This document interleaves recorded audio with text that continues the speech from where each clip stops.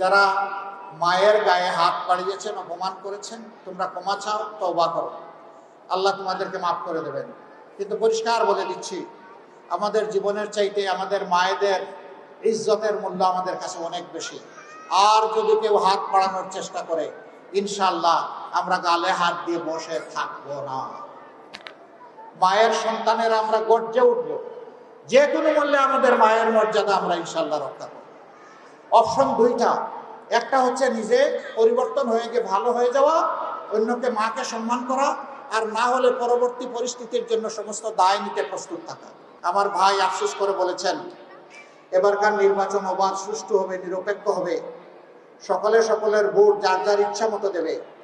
আর ভোটের পরিবেশ সৃষ্টি করার জন্য দলগুলো তাদের কর্মী সমর্থকরা ঘরে ঘরে জনে জনে যাবে, প্রচারণা চালাবে, যার যার আদর্শ কর্মসূচি নিয়ে যাবে, জনগণ যাচাই বাছাই করে যাকে পছন্দ করবে তাকে ভোট দেবে।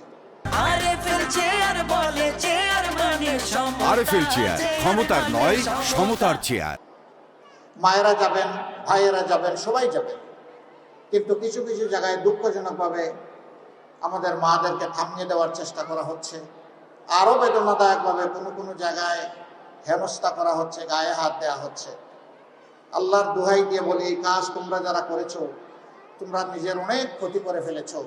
আমি বিশ্বাস করি একজন নিরীহ ইমানদার দেশপ্রেমিক মায়ের হাতে গায়ে কেউ হাত দিলে আল্লাহর আরশ থরথর করে কেঁপে উঠবে। এই কাজ কেউ করবে না।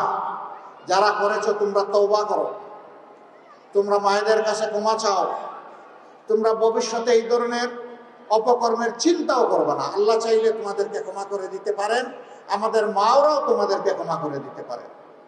তবে মনে রাখবা, যারা হযরতে খাদিজা, হযরতে নুসাইবা এবং হযরতে হিন্দার যারা উত্তরসূরি, তাদেরকে চোখ রাঙ্গানি দিয়ে থামিয়ে দেওয়া যাবে না।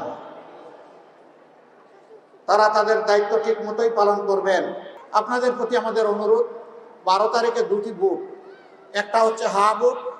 হা মানে হচ্ছে বাংলাদেশ জিতে যাওয়া, হা মানে হচ্ছে আজাদি, হা মানে ফেসিবাদ, যন্ত্রণা আর ফিরে না আসা। অতএব ইনশাআল্লাহ আমাদের প্রথম ভোটটি হবে হা। দ্বিতীয় ভোট ন্যায় এবং ইনসাফের বিপক্ষে। পরিষ্কার কথা, দূর অতীতে আমাদের যাওয়ার দরকার নাই।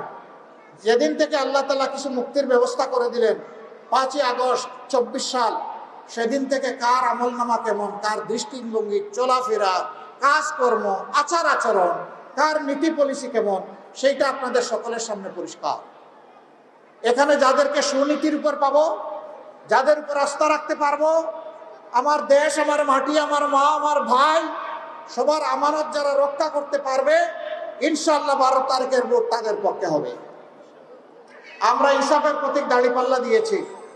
আমরা ওজন করে সকলের পাওনা তার ঘরে পৌঁছে দিতে চাই। যার যেটা অধিকার, যার যেটা পাওনা, সেইটাই দাঁড়িপাল্লার নিক্তিতে ওজন করে ইনশাআল্লাহ আমরা পৌঁছে দিতে চাই।